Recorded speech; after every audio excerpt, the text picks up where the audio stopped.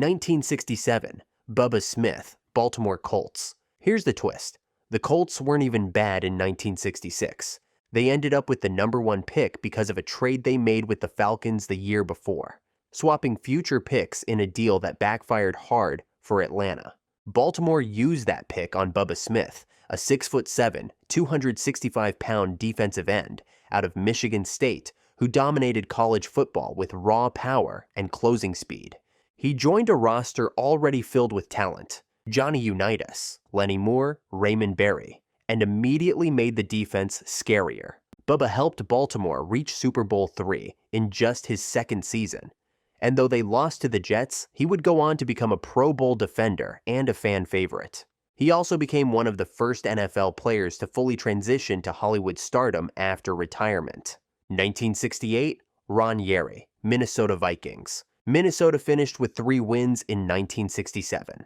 Their offensive line was a disaster, and with quarterback Fran Tarkenton still scrambling for his life, the Vikings knew they needed to protect their future. Ron Yary, a dominant lineman from USC who became the first offensive lineman ever taken with the #1 pick. He stepped in and immediately stabilized the line. By 1969, the Vikings were in the Super Bowl. Yary played 15 seasons, made 7 Pro Bowls, and was inducted into the Hall of Fame. 1969, OJ Simpson, Buffalo Bills. The Bills were a mess. They had only 1 win in 1968, worst in the league. They had no star players and no reason for fans to watch. So when the most electrifying player in college football became available, they had no choice. They took OJ Simpson, the Heisman-winning running back out of USC. OJ exploded in 1973, rushing for 2,003 yards in 14 games, a record that still ranks among the best seasons ever. He became a 5 times Pro Bowler, NFL MVP, and the face of the league in the 70s. 1970, Terry Bradshaw, Pittsburgh Steelers. The Steelers were awful in the 1960s, one of the worst franchises in football history. In 1969, they went 1-13 under first-year head coach Chuck Noll. The offense was hopeless. So with the first pick in 1970, they took Terry Bradshaw, a rocket-armed quarterback from Louisiana Tech. The early years were ugly. Bradshaw threw 46 interceptions in his first 2 seasons. But the Steelers didn't panic. They drafted Joe Green, Jack Ham, Franco Harris. And by the mid-70s, they were a dynasty. Bradshaw won 4 Super Bowls and 2 Super Bowl MVPs. This pick helped rewrite the entire franchise's legacy. 1971, Jim Plunkett, New England Patriots. The Patriots were still trying to find their identity in the post-merger NFL. They finished 2-12 in 1970, had no quarterback, and needed a face of the franchise. They found one in Jim Plunkett, the Heisman winner out of Stanford, known for his arm and toughness. But the situation in New England was brutal. Poor protection and no weapons. Plunkett struggled, got injured, and was traded to San Francisco. By the late 70s, he was considered a bust. But in 1980, he resurfaced with the Oakland Raiders and shocked the world. He led them to a Super Bowl title that year, won Super Bowl MVP, and did it again in 1983. By the way, I'm going to be posting a lot here, so it would mean a lot if you subscribed and dropped a like for the algorithm. 1972, Walt Patulski, Buffalo Bills. The Bills had already gone all in on OJ Simpson in 1969, but their defense, it was in shambles. Coming off a 1-13 season, they needed someone to anchor the other side of the ball. So they drafted Walt Patulski, a highly touted pass rusher out of Notre Dame. He looked the part. 6 feet 6 inches, 250 pounds, explosive for the era. But once he hit the NFL, it just didn't translate. He played 4 seasons, started most of them, but never became a star. Only 5 sacks in his best season, no Pro Bowls, and by 1976, he was out of the league. 1973, John Matuszak, Houston Oilers. The Oilers were falling apart in the early 70s, going 1-13 in 1972. They needed toughness, so they took John Matuszak, the 6 feet 8 inches, 280-pound freak out of Tampa. But twos didn't stick around. After just 1 season in Houston, contract disputes, suspensions, and off-field issues led to him bouncing around the league before finding a home with the Oakland Raiders. There, he finally reached his potential. a starter on 2 Super Bowl teams. He never made a Pro Bowl, but he became a Raider legend, and even a movie actor, best known as Sloth in The Goonies. 1974, Ed Too Tall Jones, Dallas Cowboys. This was a classic Cowboys move. Dallas wasn't a bad team. They'd made the playoffs the year before, but they had traded up to get the top pick from the Oilers, and when they got it, they went big, literally. Ed Too Tall Jones was 6'9", played at Tennessee State, and could swat passes down just by standing up. Jones played 15 seasons, made 3 Pro Bowls, and became the cornerstone of one of the NFL's most feared defenses. He even left the NFL for a year to box professionally, and came back just as dominant. 1975, Steve Bartkowski, Atlanta Falcons. The Falcons were stuck, so after a 3-11 season, they hit reset. They drafted Steve Bartkowski, the big-armed quarterback out of Cal. He led the league in touchdown passes in 1980, made 2 Pro Bowls, and brought Atlanta their first ever playoff win. Not a bust, not a legend. 1976, Leroy Selmon, Tampa Bay Buccaneers. The Bucs were an expansion team in 1976. Their roster was barely NFL caliber, but they started smart, with Leroy Selmon, a dominant defensive end from Oklahoma. Selmon became the Bucs' first true star. He made 6 straight Pro Bowls, was named NFL Defensive Player of the Year in 1979, and led Tampa Bay to the NFC Championship game just 4 years after their 0-14 debut. Tampa didn't just draft a great player, they drafted a foundation. 1977, Ricky Bell, Tampa Bay Buccaneers. Tampa Bay had just gone 0-14 in 1976. Their offense was non-existent. They had taken Leroy Selmon the year before to anchor the defense.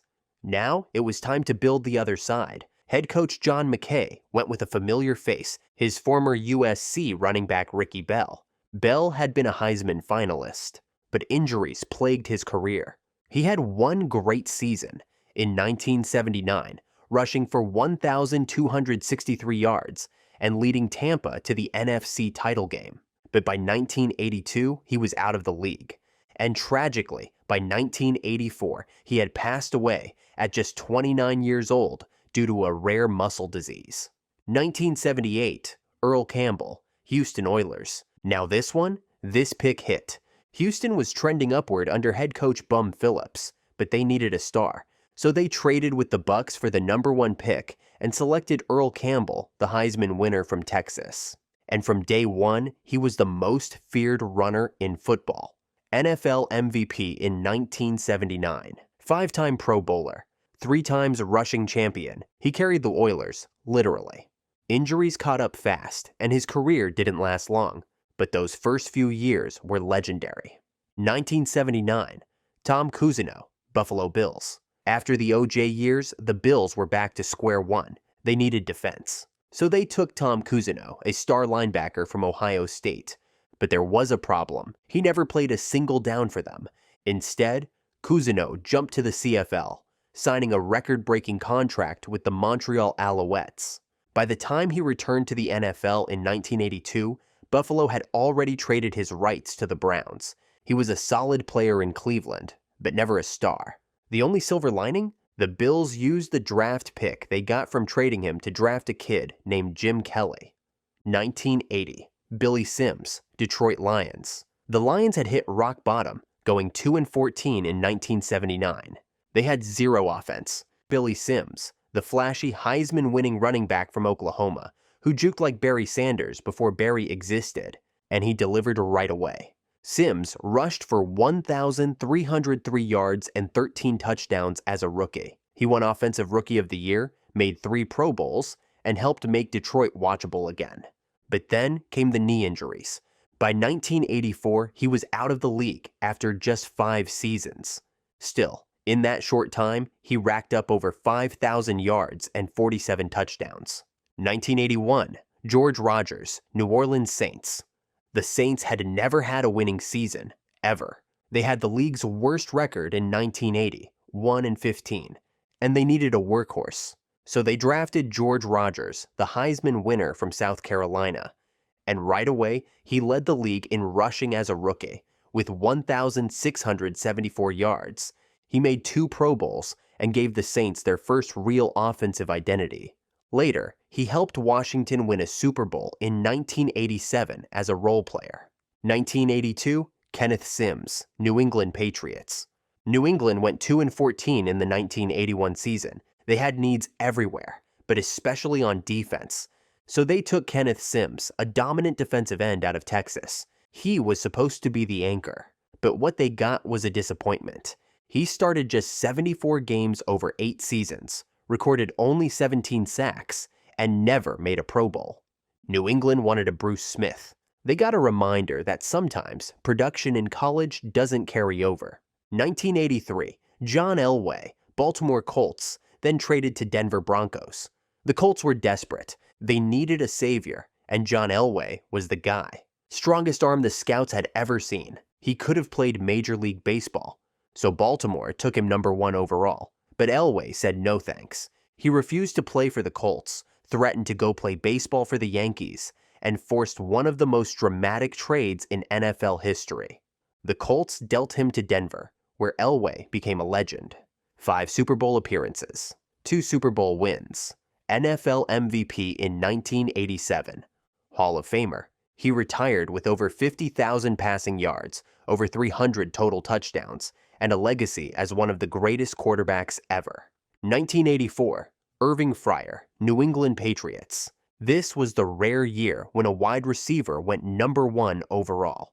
The Patriots needed a playmaker on the outside. They drafted Irving Fryar, a dynamic receiver from Nebraska. He was solid in New England, but not a star right away.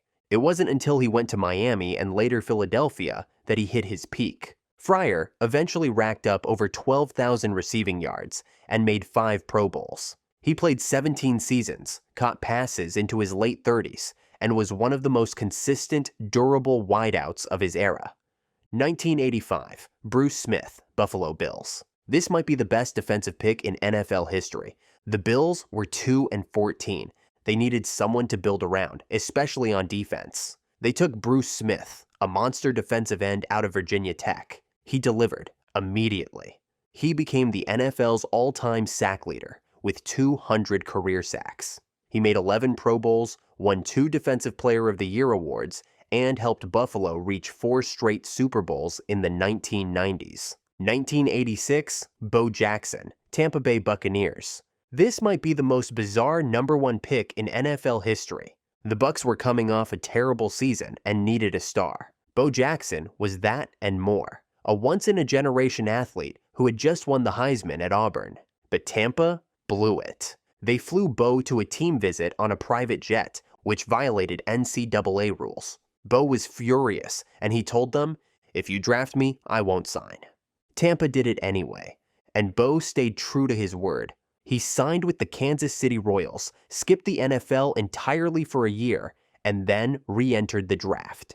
In 1987, the Raiders scooped him up in the 7th round, and Bo became a 2-sport legend. 1987, Vinnie Testaverde, Tampa Bay Buccaneers. After the Bo disaster, the Bucs still didn't have a franchise player. They were 2-14 again, and this time they played it safe. They took Vinnie Testaverde, the Heisman-winning quarterback from Miami, and it didn't go well. Vinnie led the league in interceptions in 3 of his first 4 seasons. He bounced around the league afterward, playing for 7 teams over 21 seasons, even making a Pro Bowl in 1996 with the Ravens. Vinnie became the definition of a journeyman, but for Tampa, he was just another quarterback that didn't work out. 1988, Andre Bruce, Atlanta Falcons. The Falcons needed someone to anchor their defense. They wanted a Lawrence Taylor type, a pass-rushing linebacker who could take over games. So they took Andre Bruce, an athletic freak out of Auburn. But Bruce never lived up to the hype. He played 11 seasons, but only started regularly in 2 of them. He had just 32 sacks in his entire career, never made a Pro Bowl, and never developed into a game changer. Still considered one of the biggest busts in draft history. 1989, Troy Aikman, Dallas Cowboys. The Cowboys were at rock bottom. They went 3-13 in 1988. Then, fired legendary coach Tom Landry. They brought in Jimmy Johnson, traded Herschel Walker, and hit full rebuild mode. The centerpiece? Quarterback Troy Aikman, and his rookie year was a disaster. He went 0-11 as a starter. But Dallas didn't panic. They built a wall around him, drafted Emmitt Smith, and let Troy grow. By 1992, he led the Cowboys to a Super Bowl, and then another, and another. 3-time Super Bowl champion. The Cowboys didn't just draft a quarterback, they drafted a dynasty architect. 1990, Jeff George, Indianapolis Colts. The Colts were chasing a quarterback again, so in 1990, they traded up and took Jeff George, the hometown star from Illinois. George clashed with coaches, feuded with teammates, and despite throwing for nearly 4,000 yards in 1991, he never brought consistent success. He was traded to Atlanta after just 4 seasons, and while he stuck around the league as a journeyman, he never became the guy. 1991, Russell, Maryland, Dallas Cowboys. Dallas had the top pick again, thanks to a trade with New England. This time, they didn't go for a quarterback. They went defense. They took Russell, Maryland, a beastly defensive tackle from Miami who had played under Jimmy Johnson. Maryland helped the Cowboys win 3 Super Bowls, anchored the interior line, and made a Pro Bowl in 1993. 1992, Steve Emtman, Indianapolis Colts. The Colts finished 1-15 in 1991. They needed a game changer and thought they had one in Steve Emtman, the dominant defensive lineman from Washington. But his NFL career was plagued by injuries, torn ACL, torn patellar tendon, neck problems. He played just 18 games in 3 seasons for Indy. He bounced around after that, but never made an impact. 1993, Drew Bledsoe, New England Patriots. The Patriots were desperate for a franchise quarterback. They found one in Drew Bledsoe, the 6'5" cannon-armed quarterback from Washington State. Bledsoe came in and immediately turned things around. He led the league in pass attempts his second season, made 3 Pro Bowls, and got New England to Super Bowl 31 in 1996. He was the face of the Patriots, until a certain 6th-round pick named Tom Brady showed up in 2000. He put the franchise back on the map and became a key piece of the Patriots' pre-Brady turnaround.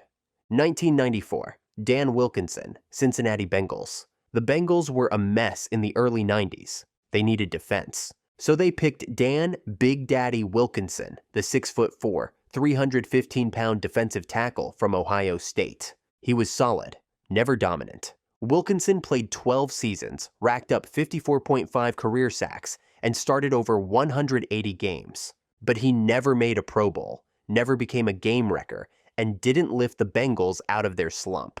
1995. Ki-Jana Carter, Cincinnati Bengals. Back-to-back #1 picks for the Bengals. Back-to-back heartbreaks. After going 3-13 in 1994, Cincinnati picked Ki-Jana Carter, the explosive Heisman finalist from Penn State. He looked like a star until the preseason, when he tore his ACL on his 3rd carry. He missed his entire rookie year, and his career was never the same. Carter ended up with just 1,144 rushing yards, over 7 injury-plagued seasons, one of the biggest injury-driven busts in draft history. 1996, Keyshawn Johnson, New York Jets. With new coach Bill Parcells incoming, they grabbed the biggest personality in the draft. Keyshawn Johnson, USC wideout. He helped the Jets go from 1-15 to 9-7 in 1997. He talked trash, scored touchdowns, and played with edge. He made 3 Pro Bowls in his career and won a Super Bowl with the Buccaneers in 2002. Say what you want about the attitude, but the production, it backed it up. 1997, Orlando Pace, St. Louis Rams. The Rams needed a blindside protector, and they got the best one the draft had seen in years. Orlando Pace was a 6'7", 325-pound wall from Ohio State. He was dominant from day one. Pace became the anchor of the greatest show on turf, protecting Kurt Warner during the Rams' 1999 Super Bowl season. 7 Pro Bowls. Hall of Famer. He wasn't a flashy pick, but he was a foundational one, the kind that makes rings possible. 1998. Peyton Manning, Indianapolis Colts. The Colts held the top pick and had to choose between Peyton Manning, the cerebral, polished passer from Tennessee, Ryan Leaf, the rocket-armed wild card from Washington State. They chose Peyton, and it changed football history. He was dominant. 5-time NFL MVP, 2-time Super Bowl champion, 72,000 passing yards, 539 career touchdowns.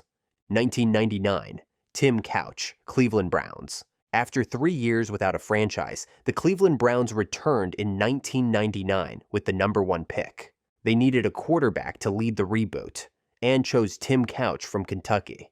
He had the arm, but he didn't have help. He was sacked 56 times as a rookie, never had consistent receivers, and played behind one of the worst offensive lines in the league. He wasn't a bust by character or talent. He was a #1 pick thrown into chaos and left to survive it alone. 2000, Courtney Brown, Cleveland Browns. Cleveland had the #1 pick again in 2000. This time, they went defense, taking Courtney Brown, a physical specimen from Penn State, who looked like the next Reggie White. And in week 1, he showed flashes. But he was betrayed by injuries. He played just 61 games in 6 seasons, missed entire chunks of seasons, and never recorded more than 6 sacks in a year. 2001, Michael Vick, Atlanta Falcons. Atlanta traded up to take Michael Vick, the most athletic quarterback the league had ever seen. He had a rocket arm and 4.3 speed. Vick became the first quarterback to rush for 1,000 yards in a season, made 4 Pro Bowls, and led Atlanta to the NFC Championship game in 2004. But in 2007, everything collapsed, as he was sent to prison for his role in a dogfighting ring. He served nearly 2 years, then resurrected his career with Philadelphia, winning Comeback Player of the Year in 2010. 2002, David Carr, Houston Texans. The Houston Texans were the NFL's newest expansion team, starting from scratch. They needed a face of the franchise. They chose David Carr, the strong-armed quarterback from Fresno State. But they didn't draft him an offensive line. Carr was sacked 76 times as a rookie, the most in a single season in NFL history. Despite flashes of talent and toughness, the damage was done. He stuck around the league as a backup for years, even winning a ring with the Giants. But as a #1 pick, he became the poster child for ruined potential. 2003, Carson Palmer, Cincinnati Bengals. The Bengals had gone 2-14 in 2002 and were searching for their next franchise quarterback. They found it in Carson Palmer, the Heisman winner from USC. Palmer sat his rookie year, then exploded in 2005, throwing 32 touchdowns, leading Cincy to an AFC North title, and looking like the next elite quarterback. Then disaster. In the 2005 playoffs, Palmer tore his ACL and MCL on a low hit in his first postseason pass attempt. He returned, but was never quite the same. Still, he had a strong career. 3 Pro Bowls and 46,000 plus passing yards. He wasn't a bust. He was just derailed by bad luck. 2004, Eli Manning, Chargers then traded to Giants. This one, pure drama. Eli Manning made it clear he didn't want to play for the Chargers. They drafted him anyway, then immediately traded him to the Giants for Phillip Rivers and future picks. And the rest, history. Eli wasn't always elite, but when the lights were brightest, he delivered. 2-time Super Bowl champion, 2-time Super Bowl MVP, top 10 all-time in passing yards and touchdowns at retirement. He never made an all-pro team, but he made legends fall and left his own legacy in New York. 2005, Alex Smith, San Francisco 49ers. This was the year everyone debated, Alex Smith or Aaron Rodgers. The 49ers had just gone 2-14, and with the #1 pick, they chose Alex Smith, the smart mobile quarterback from Utah, who ran Urban Meyer's spread offense to perfection. The result? Chaos. Smith had 6 different offensive coordinators in his first 6 seasons, suffered from injuries, and looked like a bust by year 3. But then came Jim Harbaugh in 2011, and everything changed. Smith led the Niners to the NFC Championship, became a steady veteran, and later had a second career resurgence in Kansas City before mentoring Patrick Mahomes. And after a brutal leg injury in Washington, he made a miraculous comeback in 2020. Winning Comeback Player of the Year. 2006, Mario Williams, Houston Texans. Everyone thought the Texans were taking Reggie Bush. Some thought they might go with hometown hero Vince Young. But at the last minute, Houston shocked the world and drafted Mario Williams, the pass-rushing machine from NC State. And while the decision was roasted at the time, it aged well. Williams had double-digit sacks in 5 seasons, made 4 Pro Bowls, and was a consistent defensive presence. Houston made an unpopular pick, and got the right one. 2007, JaMarcus Russell, Oakland Raiders. The Raiders were lost. They needed a quarterback, a leader, a rebuild. They chose JaMarcus Russell, a massive quarterback from LSU, with a cannon arm and sky-high upside. But this one unraveled fast. Russell held out, showed up overweight, struggled with playbook retention, and never looked comfortable in the NFL. In 3 seasons, he threw 18 touchdowns and 23 interceptions, completed just 52% of his passes, and became one of the biggest busts in league history. This was a disaster that set them back years. 2008, Jake Long, Miami Dolphins.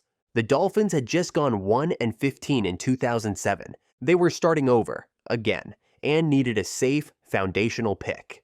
While many expected them to pick Matt Ryan, Miami played it smart.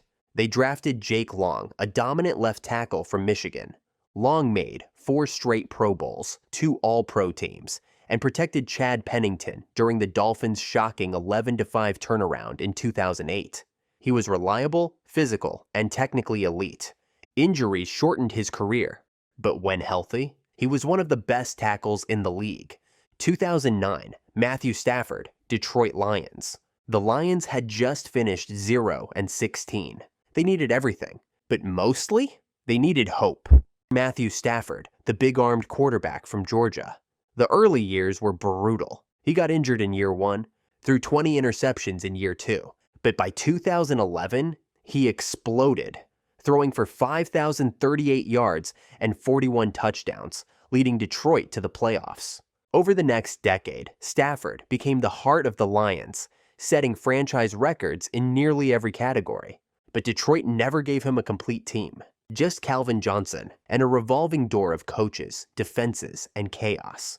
Still, Stafford was always clutch, tough, and respected. In 2021, he was traded to the Rams and won a Super Bowl in his first year there, proving what he could do with real support.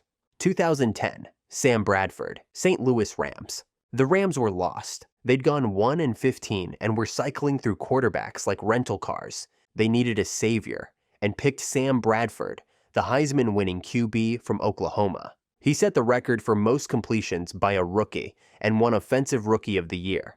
But injuries derailed everything. Bradford tore his ACL twice, missed huge chunks of his prime, and never developed the consistency St. Louis hoped for. He bounced to Philadelphia, Minnesota, and Arizona, always starting strong, always ending injured. He earned over $130 million, but only played 2 full seasons. 2011, Cam Newton, Carolina Panthers. Carolina was 2-14 and rebuilding from the ground up. They needed more than a quarterback. They needed a superstar.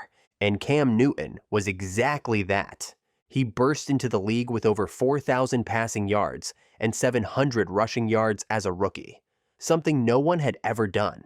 By 2015, he led the Panthers to a 15-1 record, won NFL MVP, and took them to Super Bowl 50. Cam was a one-man offense, a red zone nightmare, and one of the most dynamic players of the decade. 2012, Andrew Luck, Indianapolis Colts. The Colts went 2-14 in 2011 after Peyton Manning missed the season with neck surgery. They released their legendary quarterback and reset the franchise around Andrew Luck, the most hyped prospect since John Elway. And for a while, he lived up to every bit of it. Luck led the Colts to the playoffs in each of his first 3 seasons, including an AFC Championship game appearance. By 2018, he had thrown 39 touchdowns, won Comeback Player of the Year, and looked poised for a decade of dominance. Then came the shock. In 2019, at just 29 years old, Andrew Luck retired, citing mental and physical burnout. He left the game with 4 Pro Bowls, over 23,000 passing yards in 6 seasons, a legacy as one of the great what-ifs in NFL history. Luck didn't fail the Colts failed him. 2013, Eric Fisher, Kansas City Chiefs. The Chiefs went 2-14 in 2012 and owned the #1 pick. But there wasn't a clear-cut quarterback or superstar, so they played it safe, taking Eric Fisher, an athletic tackle from Central Michigan.